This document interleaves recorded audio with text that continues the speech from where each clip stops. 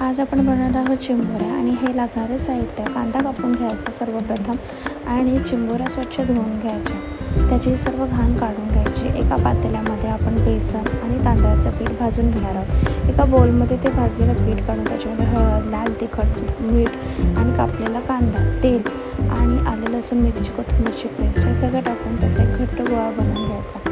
गरजेनुसार पाणी ॲड करत राहा त्याच्यामध्ये. नंतर हे सगळं मिश्रण त्या चिंबोरीमध्ये स्टफ करा.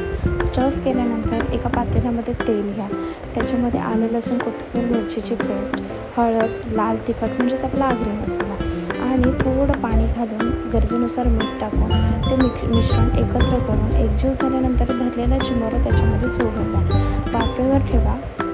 पॅनवर एक ताटावर पाणी ठेवा आणि वाफेवर त्या चिंबोऱ्या हळूहळू स्लो फ्लेमवर शिजू द्या. त्याच्यानंतर चेक करा की चिंबोरी शिजली का. जर ते पीठ शिजलं असेल तर गरजेनुसार खोबऱ्याचं वाटण, सुकं खोबऱ्याचं वाटण टाकून अशा प्रकारे आपली चिंबोरी आपल्याला खाण्यासाठी रेडी आहे.